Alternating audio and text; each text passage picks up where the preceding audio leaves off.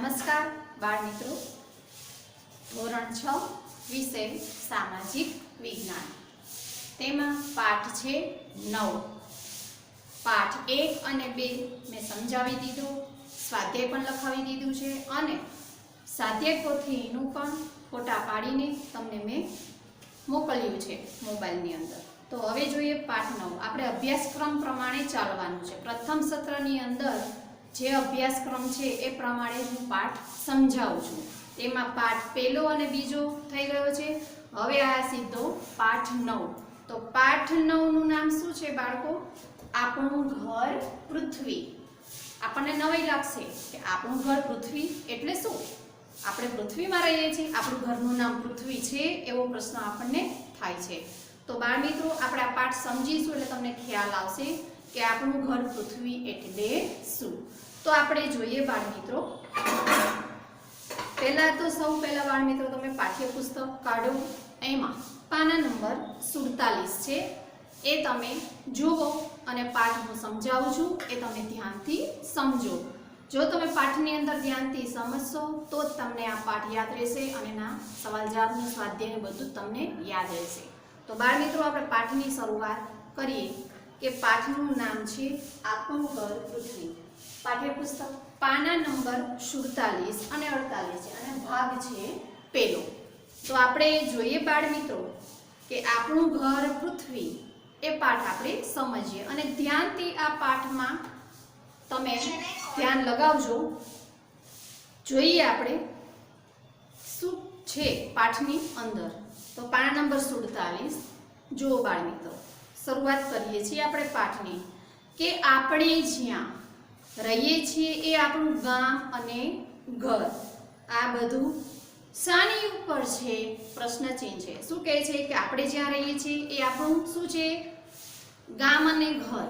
પણ આ બધું શાની ઉપર છે? આ જે ઘર છે, આ ગામ છે, એ શેની ઉપર છે એ આપણે જોવું તો પડે અને સમજવું પણ પડે.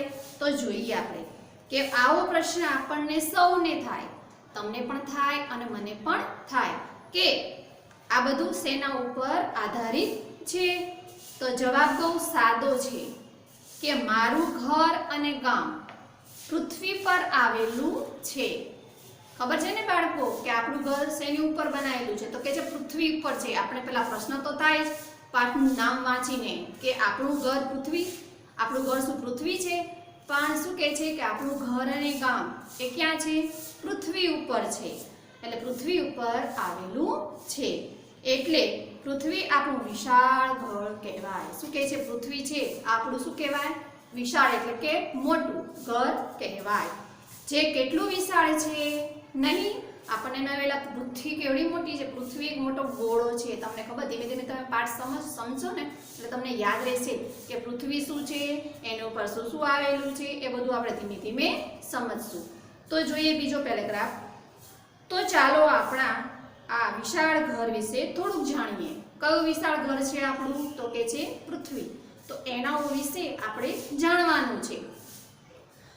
તમને એ જાણવાનું મન થાય એ સ્વાભાવિક છે. સાચી વાત છે બાળ મિત્રો કે આપણે પૃથ્વી વિશે તો વાંચી લીધું, પણ એ જાણવાની ઉત્સાહ આપણામાં સ્વાભાવિક છે કે આપણે સમજવું જોઈએ કે પૃથ્વી એ શું છે. તમને ખબર છે આપણી પૃથ્વી એ સૌર પરિવારનો એક સભ્ય છે. કદાચ કે સૌર પરિવારનો સભ્ય કોણ છે એવો પ્રશ્ન પૂછે તો તરત આપણે કહી શકીએ કે કોણ છે બાળ મિત્રો? તો કે છે પૃથ્વી. ફરીથી એ રિપીટ કરું છું કે તમને ખબર છે આપણી પૃથ્વી એ સૌર પરિવારનો એક સભ્ય છે. વળી પાછું આ સૌર પરિવાર એટલે શું એ પણ આપણે સમજવાનું છે. પૃથ્વી એટલે શું એ પણ સમજવાનું છે અને સૌર પરિવાર એ પણ આપણે સમજવાનું છે. એટલે શું પ્રશ્ન ચિહ્ન કરે છે કે વળી પાછું આ સૌર પરિવાર એટલે શું? તો ચાલો હું તમને સૌર પરિવારની સમજ આપું. તો બાળ મિત્રો, પૃથ્વી શું છે અને સૌર પરિવાર એટલે શું છે એ આપણે ધીમે ધીમે હવે સમજીએ. તો એમાં પહેલો મુદ્દો લખ્યો છે બાળ મિત્રો, ચોપડીમાં તમે ધ્યાનથી જોજો અને સમજો આ પાઠ, બરોબર? તો પહેલું જ છે સૌર પરિવાર. બાળ મિત્રો જોજો, મુદ્દો તમે પહેલો જ છે કે સૌર પરિવાર. તો સૌર પરિવાર વિશે આપણે સમજીએ. આપણે સૂર્ય મંદાકિની તારામંડળનો એક સ્વપ્રકાશિત તારો છે. બાળમિત્રો ધ્યાનથી સમજજો કે આપણો સૂર્ય છે ને એ મંદાકિની તારામંડળનો એક સ્વયં પ્રકાશિત તારો છે. સ્વયં એટલે કે જાતે પ્રકાશ આપે છે, એને શું કહેવામાં આવે છે? સ્વયં પ્રકાશિત. આ તારાની આસપાસ નાના મોટા સભ્યો ગોળા રૂપે છે. શું કહે છે બાળમિત્રો કે આ સૂર્યની આસપાસ, તારાઓની આસપાસ નાના મોટા સભ્યો કેવા છે? ગોળા રૂપે છે. તો આપણી પૃથ્વી એમાંનો એક ગોળો છે. જો બાળમિત્રો પૃથ્વી છે એમાંનો શું છે? તો એક ગોળો છે. આ તમામને આપણે ગ્રહો તરીકે ઓળખીએ છીએ. બાળમિત્રો ગ્રહો એ તમે નામ તો સાંભળ્યું જ હશે. એટલે શું કહે છે કે આ તમામ જે છે એ આપણે શેના નામથી ઓળખીએ છીએ? તો કહે છે ગ્રહો તરીકે ઓળખીએ છીએ. સૂર્યના ગુરુત્વાકર્ષણ અને જે તે ગ્રહના ગુરુત્વાકર્ષણ બળના લીધે આ બધા જ ગ્રહો સૂર્યની આસપાસ વર્તુળાકાર રૂપે ફરે છે. શું કહે છે કે વર્તુળાકાર સ્વરૂપે ફરે છે. કોણ કોણ? તો જે સૂર્યની જે બીજા પણ ગ્રહો છે ને એ એની આજુબાજુ ફરે છે. તો આ ગ્રહોને પોતાનો કોઈ પ્રકાશ નથી. સૂર્યની આસપાસ જે ગ્રહ ફરે છે એને પોતાનો કોઈ પ્રકાશ છે નહીં. તો એ કોના ઉપર આધારિત છે? તો જોઈએ આપણે કે સૂર્ય પાસેથી મળતા પ્રકાશથી તે પ્રકાશે છે. બાળમિત્રો ખાસ ધ્યાન રાખજો કે સૂર્ય એક જ એવો સ્વયં પ્રકાશિત જે આપણે પ્રકાશ ફેલાવે છે, પણ એના આજુબાજુના જે ગ્રહો છે એ પ્રકાશિત નથી, પણ સૂર્યના આધારે તે આપણને પ્રકાશ આપે છે એવું દેખાય છે. સૌર પરિવારના આ ગ્રહો વિવિધ કદ અને સ્વરૂપ ધરાવે છે. આ સૌર પરિવારના જે ગ્રહો છે ને એ પોતાના શું ધરાવે છે? કદ અને સ્વરૂપ. આ બધા ગ્રહો મળીને બને છે આપણું સૌર પરિવાર, એટલે કે સૌર મંડળ. સૌર પરિવાર જેવી રીતે આપણે કેમ ઘર પરિવાર એક તરીકે સમજીએ છીએ, એવી જ રીતે આકાશની અંદર ગ્રહો જે છે એ કઈ રીતે છે? સૌર પરિવાર એટલે કે સૌર મંડળ તરીકે બને છે. આમ ગ્રહો, ઉપગ્રહો, લઘુગ્રહો, ધૂમકેતુઓ અને ઉલ્કાઓનો આપણા સૌર મંડળમાં સમાવેશ થાય છે. આપણે પ્રશ્ન થાય કે સૌર મંડળની અંદર કોનો સમાવેશ થાય છે? તો આપણે તરત પ્રશ્નનો જવાબ આપી શકીએ કે ગ્રહો, ઉપગ્રહો, લઘુગ્રહો, ધૂમકેતુઓ અને ઉલ્કાઓનો આપણા સૌર મંડળમાં સમાવેશ થાય છે. તો ચાલો આપણા આ સૌર મંડળનો પરિચય મેળવીએ. સૌપ્રથમ સૌર મંડળના મુખ્ય સભ્ય તરીકે સૂર્યને ઓળખીએ કે સૌ જ પહેલા આપણે કોને સમજીએ? સૂર્યને. એ કોણ છે? તો આપણો એક મેઇન સભ્ય છે. તો સૂર્ય છે એ સૂર્ય વિશે આપણે સમજવાનું છે.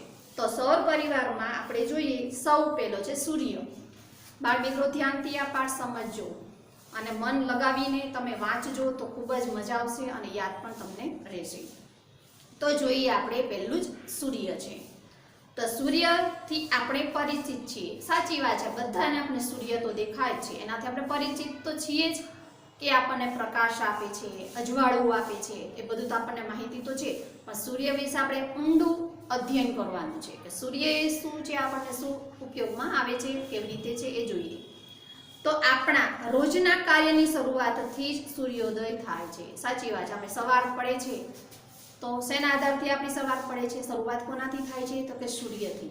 સૂર્યની આપણા રોજ કાર્યની શરૂઆત જ સૂર્યોદયથી થાય છે. સૂર્ય ઉગે એટલે આપણું કામ ચાલુ થઈ જાય છે.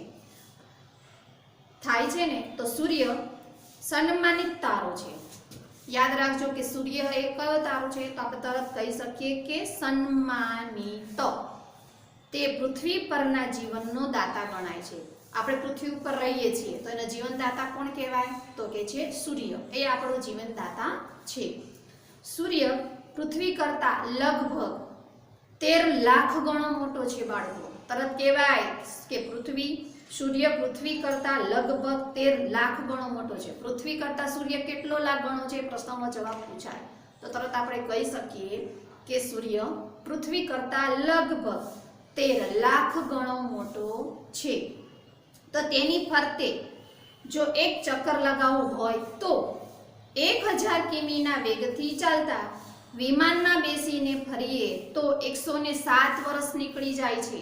જો બાળકો શું કહે છે કે વિમાનમાં બેસીને જઈએ તો કેટલા વર્ષ નીકળી જાય? તો કહે છે 107। આ બહુ ધ્યાનથી પાઠ સમજજો બાળકો। સૂર્યનું ગુરુત્વાકર્ષણ બળ પૃથ્વી કરતા 28 ગણું વધારે છે। શું કહે છે? કેટલા ગણું? તો કહે છે 28 ગણું। આથી જે પદાર્થનું વજન પૃથ્વી પર 1 કિલોગ્રામ થાય તો તેનું વજન સૂર્યની સપાટી પર 28 કિલોગ્રામ થાય। આ ગુરુત્વાકર્ષણ શક્તિને લીધે જ ગ્રહો પોતાના ચોક્કસ માર્ગમાં રહેલા છે અને તેની આસપાસ ફરે છે। પૃથ્વી તેનાથી 15 કરોડ કિમી દૂર છે। કોનાથી? તો કે સૂર્યથી। કેટલા કરોડ? તો તરત કહેવાય કે 15 કરોડ કિમી દૂર છે। કોણ? તો કહેવાય પૃથ્વી। સૂર્યના પ્રકાશને ધરતી પર પહોંચતા 8:15 મિનિટનો સમય લાગે છે। બાળકો પ્રશ્ન પૂછાય કે સૂર્યનો પ્રકાશ ધરતી પર પહોંચતા કેટલી મિનિટ અને સમય થાય છે? તો તરત આપણે પ્રશ્નનો જવાબ આપી શકીએ કે 8:15 મિનિટનો સમય લાગે। બરોબર? હવે આગળ જોઈએ। સૂર્યની સપાટી હંમેશા અસ્થિર રહે છે। શું કહે છે કે સૂર્યની સપાટી કેવી હોય છે? તો કહે છે અસ્થિર। તો તેમાં અનેક કિમી લાંબી પ્રજ્વલિત થતી અગ્નિ જ્વાળાઓનો સમાવેશ થાય છે। કોનો સમાવેશ થાય છે? તો તરત આપણે કહી શકીએ કે અગ્નિ જ્વાળાઓનો સમાવેશ થાય છે। સૂર્યનું મુખ્ય આવરણ હાઇડ્રોજન વાયુનું બનેલું છે। શું કહે છે કે સૂર્યનું આવરણ છે શેના ઉપર છે? તો કહેવાય તરત જ કે હાઇડ્રોજન વાયુથી બનેલું છે। તો તેમાં હાઇડ્રોજન અને હિલિયમ વાયુની પ્રક્રિયાથી પ્રકાશ અને ગરમી ઉત્પન્ન કરે છે। જો બાળકો ધ્યાનથી સમજો કે હાઇડ્રોજન અને હિલિયમ વાયુની પ્રક્રિયાથી પ્રકાશ અને ગરમી ઉત્પન્ન થાય છે, જેને આપણે શું કહીએ છીએ? ઉર્જા કહીએ છીએ। જેથી સૂર્ય સપાટી ખૂબ જ ગરમ છે। સૂર્યની ઉર્જાથી પૃથ્વી પર જીવસૃષ્ટિ વિકાસ પામી છે। તેથી સૂર્યને શું કહેવાય છે? કે સજીવોના પાલક તરીકે પણ ઓળખવામાં આવે છે। બાળકો ધ્યાનથી સમજો આ પાઠ કે તમને શું કહેવા માંગે છે એ તમે સમજો ધ્યાનથી। હવે આગળ જોઈએ કે હવે આપણે ગ્રહોનો ટૂંકમાં પરિચય મેળવીએ। હવે જોઈએ આપણે કે ગ્રહ કેટલા છે? તો કે છે 8। તો આપણે એનો પરિચય તો પહેલા સમજવો પડે બાળકો। તો આપણે સમજીએ કે હવે આપણે ગ્રહોને ટૂંકમાં પરિચય મેળવીએ। તો જોઈએ આગળ કે સૌર પરિવારમાં કુલ 8 ગ્રહો છે। પ્રશ્નનો આપણે પૂછાય કે સૌર પરિવારમાં કુલ કેટલા ગ્રહો છે? તો કહેવામાં આવે છે 8 ગ્રહો છે। તો જેમાં ગ્રહોના નામ ધ્યાનથી યાદ રાખજો કે કયા કયા છે, કે જેમાં બુધ, શુક્ર, પૃથ્વી, મંગળ, આંતરિક ગ્રહો અને ગુરુ, શનિ, યુરેનસ, નેપ્ચ્યુન, ગ્રહ ગ્રહો તરીકે ઓળખાય છે। બાળ મિત્રો ખાસ આ ગ્રહો તમારે યાદ રાખવાના છે। પરીક્ષામાં પૂછાય કે 8 ગ્રહો કયા કયા છે તો તરત તમે લખી શકો અને જવાબ પણ તમે આપી શકો છો। તો સૌર પરિવારમાં મંગળ, બુધ, ગુરુ, શુક્ર અને શનિ એ ગ્રહો નરી આંખે જોઈ શકાય છે। આ જેટલા ગ્રહો આપેલા છે એમાંથી કયા ગ્રહ એવા છે જે આપણે નરી આંખે એટલે કે આપણે નજરની સામે જોઈ શકીએ છીએ? તો તરત આપણે પ્રશ્નનો જવાબ આપી શકીએ કે કયા કયા ગ્રહો છે? તો કહેવાય સૌર પરિવારની અંદર કે મંગળ, બુધ, ગુરુ, શુક્ર અને શનિ આ બધા છે આપણે નરી આંખે જોઈ શકીએ છીએ। હવે પાછળ હવે જોઈએ સૂર્ય આપણે પહેલા જોઈ લીધું। હવે જોઈએ પાના નંબર 48 તેની અંદર પહેલું જ છે બુધ। તો આપણે બુધ વિશે જાણીએ કે આ બુધ ગ્રહ છે એ પોતાનું શું છે એનો પરિચય આપણે આપીએ કે આ ગ્રહ કયો છે? તો આપણે નામ દેવાય કે આ બુધ છે। તો બુધ ગ્રહ વિશે આપણે જાણીએ તો પાના નંબર 48 છે બાળકો। તમે પાના નંબર ફેરવો અને જુઓ કે પહેલું જ છે બુધ। તો બુધ વિશે આપણે જાણીએ। આ ગ્રહ સૂર્યની સૌથી નજીક છે। પ્રશ્ન પૂછે કે સૂર્યથી નજીક કયો ગ્રહ છે? પ્રશ્ન પૂછાય ને તો આપણે તરત કહી શકીએ કે સૂર્યથી નજીકનો ગ્રહ છે બુધ। પ્રશ્નનો જવાબ થાય છે એ તમારે ધ્યાનથી સમજવાનો છે। તે પીળાશ પડતા રંગનો છે। બુધ છે એ કેવા રંગનો છે? તો કે છે પીળાશ પડતો। બુધને વાતાવરણ અને ઉપગ્રહ નથી। બાળકો ધ્યાનથી સમજો કે બુધને જે વાતાવરણ પણ નથી અને ઉપગ્રહ પણ નથી। પૃથ્વી પરથી આપણને બુધ ગ્રહ સૂર્યોદય પહેલા અને સૂર્યાસ્ત બાદ થોડો સમય આકાશમાં દેખાય છે। સાચી વાત છે, તમે ધ્યાનથી જોજો બાળકો, જ્યારે સૂર્યાસ્ત અને સૂર્યોદય થાય છે ને ત્યારે એનો કલર કેટલો ચેન્જ થઈ જાય છે એ તમને અનુભવ જાતે જ પોતાની આંખે જોઈ શકો છો કે બુધ ગ્રહ છે એ સૂર્યોદય પહેલા અને સૂર્યાસ્ત બાદ થોડો સમય આકાશમાં દેખાય છે। તો હવે બુધનો પરિચય આપણે જોઈ લીધો, એ કયો છે તો ગ્રહ છે। તો એ શેનાથી નજીક છે તો પૃથ્વી પાસે નજીક છે, એ તમારે બુધનું મોઢે કરવાનું। જેટલા ગ્રહો છે ગ્રહ વિશે તમારે ધ્યાનથી સમજવાનું છે અને યાદ રાખવાનું છે। હવે જોઈએ બીજા ક્રમે શું છે તો કે છે શુક્ર। આપણે શુક્ર વિશે જાણીએ કે સૌર પરિવારનો સૌથી ચમકતો ગ્રહ છે। શું કહે છે? શુક્ર છે એ સૌર પરિવારનો ચમકતો ગ્રહ, એટલે કે પ્રકાશ ખૂબ જ આપે છે। તે કદ અને વજનમાં પૃથ્વી જેવો જ છે। બાળ મિત્રો જો પૃથ્વી તો તમે જોયેલી જ છે, તો એ શુક્ર છે એ પૃથ્વી જેવો જ કદ અને વજન ધરાવે છે, જાણે પૃથ્વીનો જોડિયા ભાઈ। શું કહે છે કે પૃથ્વીનો જાણે જોડિયા ભાઈ હોય। તમે જોડિયા મિનિંગ તો સમજી જ ગયા છો કે શું કહેવાય, બંને સેમ સરખા એવું લાગે છે જોવામાં। તો તે ચળકાટમાં ચંદ્રને મળતો આવે છે। એનો ચળકાટ કેવો હોય છે તો કે છે ચંદ્ર જેવો। તેને એક પણ ઉપગ્રહ નથી। શું કહે છે કે એનો એક પણ ઉપગ્રહ નથી।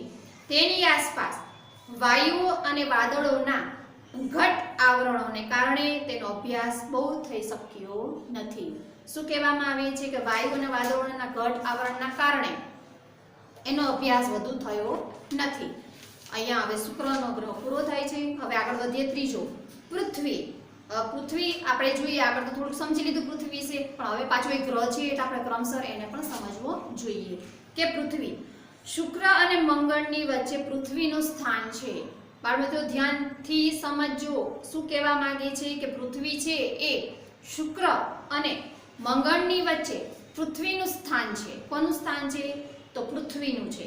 તો પૃથ્વી પોતાની ધરી પર 24 કલાકમાં એક આંટો પૂરો કરે છે। ધ્યાનથી સમજો કે પૃથ્વી છે પોતાની ધરી પર કેટલા કલાક, તો તરત કહેવાય કે 24 કલાકમાં એક આંટો પૂરો કરે છે।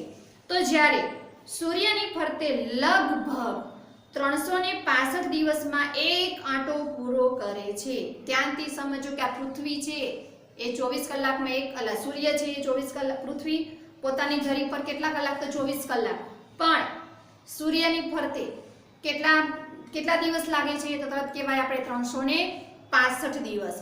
તો પૃથ્વી પર દિવસ રાત ઋતુઓ જેટલી ઘટનાઓ ફક્ત અહીં જોવા મળે છે। પૃથ્વીને એક ઉપગ્રહ ચંદ્ર છે। ધ્યાનથી સમજો કે પૃથ્વીનો ઉપગ્રહ કયો છે તો તરત જવાબ દેવાય આપણે કે ચંદ્ર છે। પૃથ્વી વિશે જાણી લીધું આપણે। હવે જોઈએ ચંદ્ર, કેમ કે એ પણ એક ઉપગ્રહ છે, તો આપણે જોઈ લઈએ કે ચંદ્ર। તો ચંદ્ર છે પૃથ્વીનો એકમાત્ર ઉપગ્રહ છે, બરોબર। તો તેને પૃથ્વીની ફરતો એક આંટો પૂરો કરતા તથા પોતાની ધરી ઉપર એક પણ આંટો પૂરો કરતા આશરે 29.5 દિવસ લાગે છે। ધ્યાનથી સમજો, ચંદ્ર પર વાતાવરણ નથી। શું કે ચંદ્ર ઉપર વાતાવરણ છે નહીં। ચંદ્ર ઉપર પાણી અને વાતાવરણ ન હોવાથી તેના ઉપર જીવન નથી। કે ચંદ્ર ઉપર રહેવા જઈ શકીએ તો ના, કેમ કે અહીંયા જીવનનું કોઈ આવરણ છે નહીં। કોના ઉપર તો તરત કહેવાય ચંદ્ર ઉપર। ચંદ્ર પર પ્રકાશિત છે।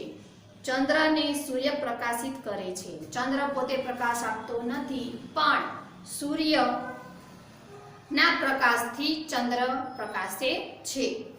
ચંદ્રની સપાટી ઉપર ઉલ્કાપાત થતા હોવાથી તેની ઉપર ખૂબ એટલે કે વિશાળ મોટા ખાડાઓ પડી ગયા છે। કોના ઉપર તો કહેવાય ચંદ્ર ઉપર। અહીં મૃત જ્વાળામુખી આવેલી છે। ક્યાં તો આપણે કહી શકીએ કે ચંદ્ર ઉપર મૃત જ્વાળામુખીઓ આવેલી છે। હવે જોઈએ 4 નંબર, મંગળ। તો મંગળ છે એ લાલ રંગનો સુંદર ચમકતો ગ્રહ છે। કેવો ગ્રહ છે તો તરત કહી શકીએ આપણે કે લાલ રંગનો સુંદર ચળકતો ગ્રહ છે। તો મંગળને આછું વાતાવરણ છે। અહીંયા વાતાવરણ એટલું બધું જાજુ છે નહીં, મંગળ ઉપર ઋતુઓ પ્રમાણે પૃથ્વી કરતાં વધુ ઠંડી અને ગરમી પડે છે. તેને 2 ગ્રહ ઉપગ્રહો છે. કોને? તો કહેવાય મંગળને. તો મંગળને કેટલા ઉપગ્રહો છે? તો તરત કહી શકીએ કે 2 ઉપગ્રહો છે. વૈજ્ઞાનિકો મંગળ પર જીવસૃષ્ટિ વિકસાવવાના પ્રયત્નો કરી રહ્યા છે. હજી હાલની તારીખની અંદર વૈજ્ઞાનિકો હોય છે, એ આપણને ખબર છે કે વૈજ્ઞાનિકો આ શોધ કરી છે. તો વૈજ્ઞાનિકો હોય છે હજી જીવસૃષ્ટિ વિકસાવવા માટેનો પ્રયત્ન હજી હાલની તારીખમાં પણ કરી રહ્યા છે. હવે જોઈએ ગુરુ. 5 નંબર. ગુરુ આછો પીળાશ પડતો સફેદ ગ્રહની છે. ગુરુની આસપાસ વાયુનું વાતાવરણ છે. શેનું વાતાવરણ છે? તો કહેવાય વાયુનું. તો આ ગ્રહ ખૂબ ઠંડો હશે એવું મનાય છે. તે સૌરમંડળનો સૌથી મોટો ગ્રહ છે. તો બાળ મિત્રો તરત કહી શકીએ કે સૌરમંડળનો સૌથી મોટો ગ્રહ કયો છે? તો તરત આપણે જવાબ આપી શકીએ કે ગુરુ. ગુરુને 79 ઉપગ્રહો છે. જો બાળ મિત્રો ઓલા બધાને તો એક ઉપગ્રહ નહોતા, 1 હતા ને 2 હતા ને એવી રીતે હતા, પણ ગુરુને કેટલા ઉપગ્રહો છે? 79. જેમાં પણ વૈજ્ઞાનિકોમાં મતમતાંતર જોવા મળે છે. આ મોટા ભીમકાય ગ્રહને દૂરબીનથી જોતા ટપકાવાળી સપાટી મનોહર લાગે છે. આ જે ગ્રહ હોય છે એ શેનાથી જોઈ શકાય છે? તો તરત કહેવાય દૂરબીનથી. આ બધા ગ્રહો છે દૂરબીનથી જોઈ શકાય છે. હવે જોઈએ છઠ્ઠું, શનિ. સૌર પરિવારમાં ગુરુ અને યુરેનસની વચ્ચે આવેલો છે. કયો ગ્રહ? તો કે શનિ. શનિ કોના ગ્રહ વચ્ચે આવેલો છે એવો પ્રશ્ન પૂછાય તો તરત આપણે કહી શકીએ કે ગુરુ અને યુરેનસની વચ્ચે આવેલો છે. તો ગુરુ પછીનો મોટો ગ્રહ છે. ગુરુ પછી એનો બીજો નંબર આવે છે, એટલે કે એ મોટો ગ્રહ છે. કોણ? તો કે છે શનિ. તો નીલા રંગના તેજસ્વી વલયોથી સુંદર લાગે છે. એનો રંગ કેવો હોય છે? નીલા, એટલે કે લીલા રંગનો હોય છે. તો વલયોના કારણે તે જુદો તરી આવે છે. આ વલયો માથામાં પહેરેલી પાઘડી જેવા લાગતા હોય. શનિને પાઘડીયો ગ્રહ પણ કહેવામાં આવે છે. શનિનો ગ્રહ કેવો છે? પાઘડિયા જેવો આકારનો. એટલે એને પણ શનિને શું બીજું નામ દેવામાં આવ્યું છે? કે પાઘડિયો ગ્રહ પણ કહેવામાં આવે છે. તો શનિને 62 કરતા, એટલે કે 62 કરતા વધારે ઉપગ્રહો છે. કેટલા ગ્રહો છે શનિને? તો કહેવાય 62. તો સૂર્યથી દૂર હોવાના કારણે તેની સપાટીનું તાપમાન ઓછું છે. હવે જોઈએ 7મું, યુરેનસ. પૃથ્વીથી એટલો દૂર છે કે તે સામાન્ય દૂરબીનથી દેખાતો નથી. આ જે ગ્રહ છે એ પૃથ્વીથી ઘણો બધો દૂર છે, એટલે દૂરબીનથી દેખાતો નથી. ત્યાં સૂર્યનું તેજ પણ આછી ચાંદની જેવું લાગે છે. કઈ જગ્યાએ? તો કે છે યુરેનસ ગ્રહની બાજુમાં. વિલિયમ હર્સલ નામના ખગોળશાસ્ત્રીએ 1781માં આ ગ્રહ શોધી કાઢ્યો હતો. તો આપણે કહી શકીએ કે યુરેનસની શોધ કોણે કરી હતી? કઈ સાલમાં કરી હતી એવો પ્રશ્ન પૂછાય તો તરત આપણે જવાબ કહી શકીએ કે વિલિયમ હર્સલ નામના ખગોળશાસ્ત્રીએ 1781માં ગ્રહ શોધી કાઢ્યો હતો. આ ગ્રહ ખૂબ જ ઠંડો છે. કયો ગ્રહ? તો યુરેનસ. તો બાળ મિત્રો 7મો ગ્રહ પૂરો થયા પછી નીચે તમે ચોપડીમાં ચિત્ર જોજો. બધા જ ગ્રહ આપેલા છે 8 તો 8 ગ્રહ ચિત્રમાં જુઓ તમે કે કેવા કેવા દેખાય છે. પછી આપણે બોર્ડ ઉપર એનો અભ્યાસ હું કરાવડાવીશ તમને. તો તમે ચોપડીની અંદર ધ્યાનથી જોજો કે આ કયા ગ્રહો કયા કયા રંગના છે અને કેટલી સાઈઝના છે એ તમે ધ્યાનથી પછી પાઠ વાંચજો એટલે તમને સમજમાં આવશે. હવે જોઈએ 8મું છે નેપચ્યુન. તો આ ગ્રહ લીલા રંગનો છે. નેપચ્યુન છે કેવા રંગનો છે? તો તરત કહેવાય કે લીલા રંગનો છે. તો તેના વાતાવરણમાં મિથેન નામનો ઝેરી વાયુ છે. એની એ વાતાવરણ છે ને નેપચ્યુનની અંદર, એની અંદર કયો ઝેરી વાયુ છે? તો તરત કહેવાય કે મિથેન. આ ગ્રહ પર પણ પૃથ્વીની જેમ ઋતુ પરિવર્તન જોવા મળે છે. તો હવે જોયું આપણે. હવે જોઈએ ઉલ્કા. ઉલ્કા શું છે? તો કોઈ વાર તમને રાત્રે આકાશમાં તારા ખરતા હોય તેવું દેખાય છે ને? સાચી વાત છે. આપણે બધાની નજર ઘણી વખત આકાશ ઉપર હોય છે, તારા જોતા હોઈએ છીએ. તારે કંઈક આમ તારો ખરતો હોય એવું આપણને દેખાય છે, પણ એ હકીકતમાં તારો નથી. આપણે આગળ સમજીએ. તો હકીકતમાં તારા ખરતા જ નથી. બાળ મિત્રો, આપણે બધાને એવું થાય છે કે તારો ખરે છે, આપણે કંઈક માગી લે, આપણી મનની ઈચ્છા પૂરી થાય એવું આપણે કહીએ છીએ, પણ હકીકતમાં એ તારો ખરતો નથી. એ શું છે? તો જુઓ, કે અવકાશમાં ફરતા પથ્થરના નાના ટુકડા અથવા ગ્રહોના નાના ભાગો જે ઉલ્કા તરીકે ઓળખાય છે. આપણે એને તારા કહીએ છીએ જે ખરે છે ને, પણ એ તારા નથી, પણ એવા નાના નાના ટુકડા જે છે એને ઉલ્કા તરીકે ઓળખાય છે. આવા ટુકડા પૃથ્વીની નજીક આવતા ગુરુત્વાકર્ષણ બળના લીધે પૃથ્વી તરફ ખૂબ જ ઝડપથી ખેંચાઈ આવે છે. વાતાવરણમાં પ્રવેશતા ઘર્ષણના લીધે તે સળગી ઉઠે છે. બાળકો ધ્યાન રાખજો, આ ઉલ્કા ધીમે ધીમે નીચે આવતા એ સળગે છે અને સળગીને ક્યાં પડે છે એ જોવું. આ વખતે આકાશમાં તેજ લીસોટા દેખાય છે, તેને આપણે તારો ખર્યો એમ કહીએ છીએ. કેટલીક પૂરેપૂરી ન સળગેલી ઉલ્કાઓ પૃથ્વી પર પડી મોટા ખાડા પાડી દે છે. કોણ? આ ઉલ્કા છે એ એકદમ ધીમી ગતિથી આવે છે એટલે સળગે છે એટલે નીચે પડે છે એટલે એ મોટા ખાડા પડી જાય છે અને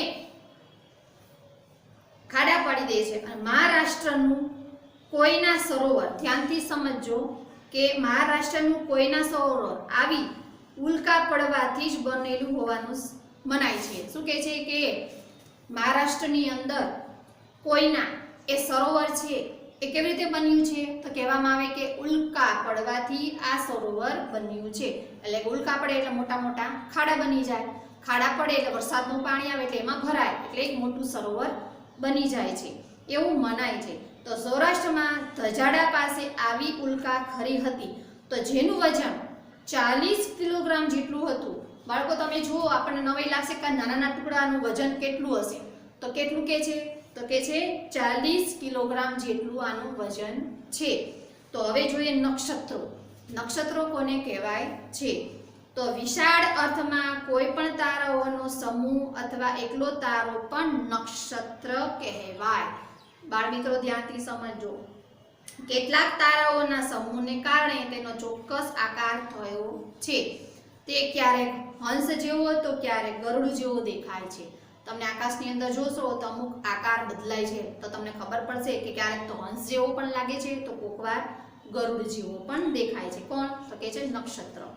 તો અશ્વિની, રેવતી, વિશાખા, પુનવસુ, મૃગશીર્ષ, રોહિણી, પુષ્પ, આદ્રા, સ્વાતિ જેવા કુલ 27 નક્ષત્રો આવેલા છે. પણ મિત્રો આપણા કેટલા નક્ષત્રો છે? તો તરત કહેવાય કે 27 નક્ષત્રો છે. પ્રશ્નનો જવાબ પૂછાય તો ખાલી જગ્યા પણ પૂછાય કે વિકલ્પ પણ પૂછાય કે નક્ષત્રો કેટલા છે તો તરત આપણે કહી શકીએ કે 27 નક્ષત્રો છે. તો આકાશમાં ચંદ્રની આસપાસ 2-3 નક્ષત્રો ઓળખવા ચંદ્રને જોતા રહેવું પડે. નક્ષત્રોને યાદ રાખવા મુશ્કેલ છે. સાચી વાત છે, નક્ષત્રોને યાદ રાખવા બહુ મુશ્કેલ છે, આપણને જલ્દી યાદ રહેતા નથી, પણ આપણે કોશિશ કરીએ, અભ્યાસ કરીએ તો આપણને યાદ રહે. પરંતુ વારંવાર જોવા અને સમજવાની તે સહેલાઈથી યાદ રાખી શકાય છે.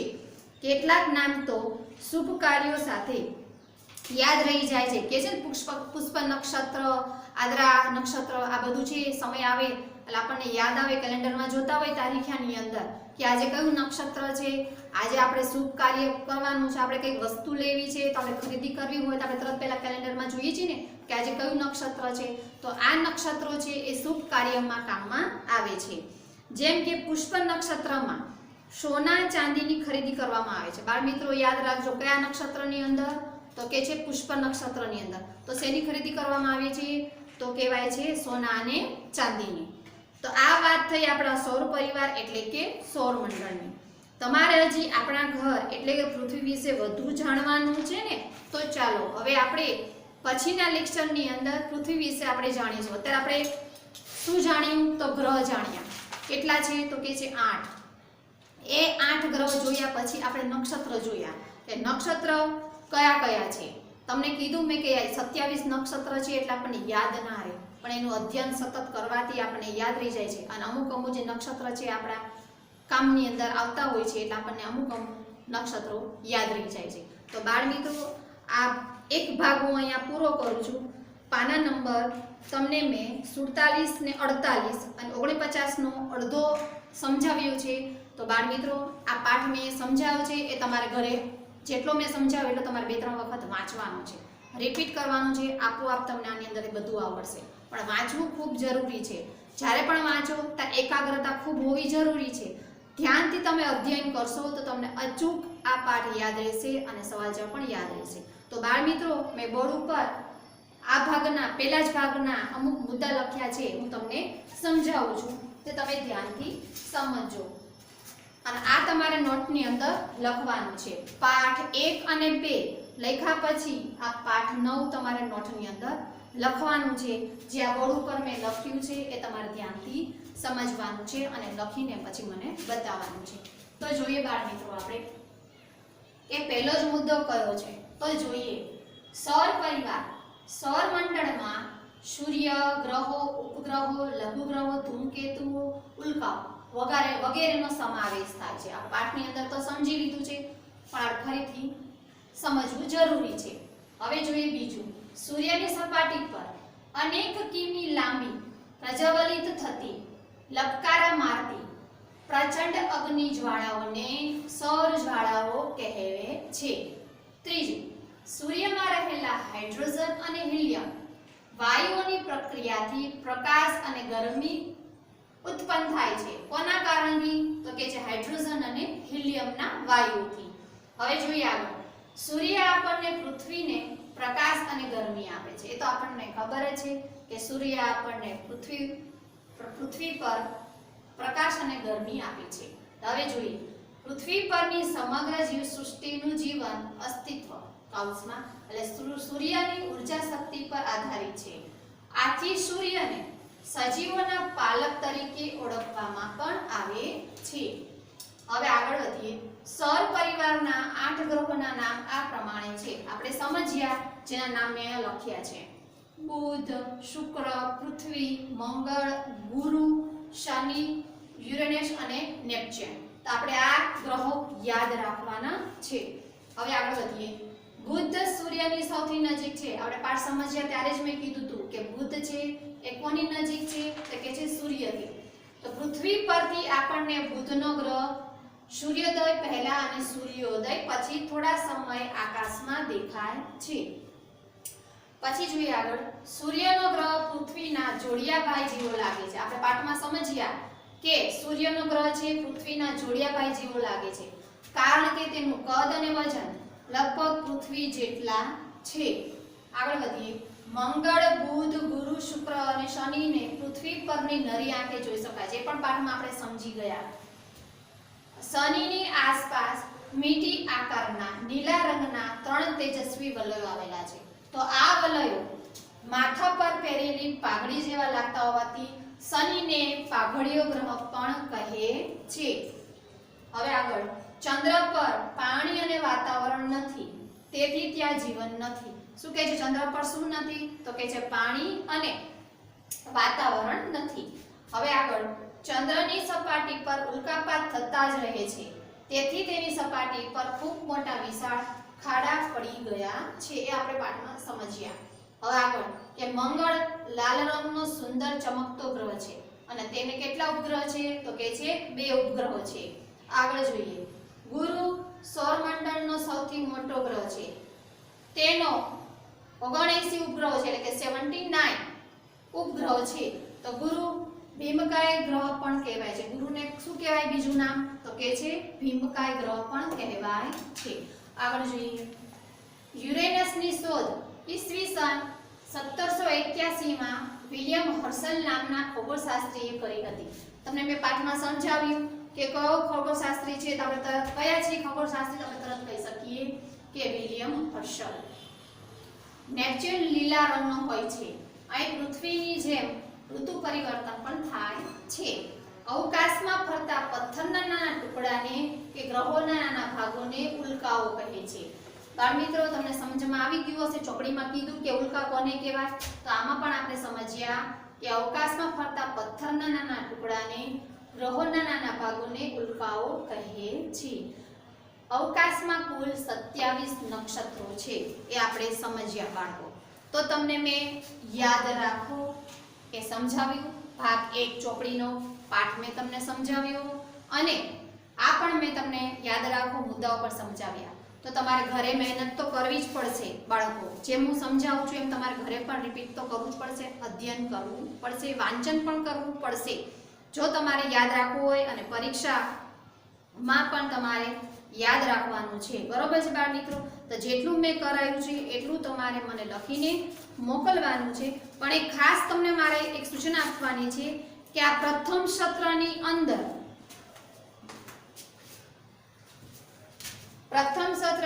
કુલ કેટલા પાઠ છે એ તમારે ટીક કરવાનો છે. તો પ્રથમ સત્રની અંદર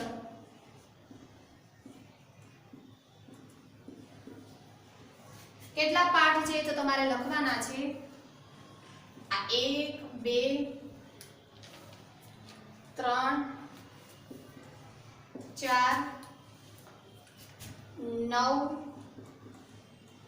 10 14 અને આ 15 આટલા પાઠ તમારે પ્રથમ સત્રની અંદર સમજવાના છે. પણ આપણે ચોપડીની અંદર અભ્યાસક્રમ પ્રમાણે મેં પાઠ તમને પહેલો, બીજો અને 9મો એવી રીતે મેં તમને સમજાવ્યો છે. એટલે એ પ્રમાણે જ તમારે નોટની અંદર લખવાનું છે. અને હવે આપણી સામાજિક વિજ્ઞાનની પરીક્ષા છે 30 તારીખે. તો પરીક્ષામાં પહેલો પાઠ મેં તમને કીધો છે, મેસેજ મોકલ્યો છે કે પહેલો પાઠ તમારે મોઢે કરવાનો છે. પણ પેપર સ્ટાઇલ કઈ રીતે છે હું તમને કહી દઉં છું પહેલા પાઠની કે કઈ રીતે પૂછાશે. તો સૌ જ પહેલા છે વિકલ્પો છે, પછી છે ખાલી જગ્યા, પછી છે ખરા ખોટા અને પછી છે નાના સવાલના જવાબ. આ તમને ખાલી મેં પેપર સ્ટાઇલ કીધી છે. તમારે મહેનત જાતે કરવાની છે અને પહેલો પાઠ તમારે ધ્યાનથી વાંચવાનો છે અને સમજવાનો છે. પરીક્ષા આવે એટલે તમને આપોઆપ એના સવાલ જવાબ પણ આવડી જશે. આભાર.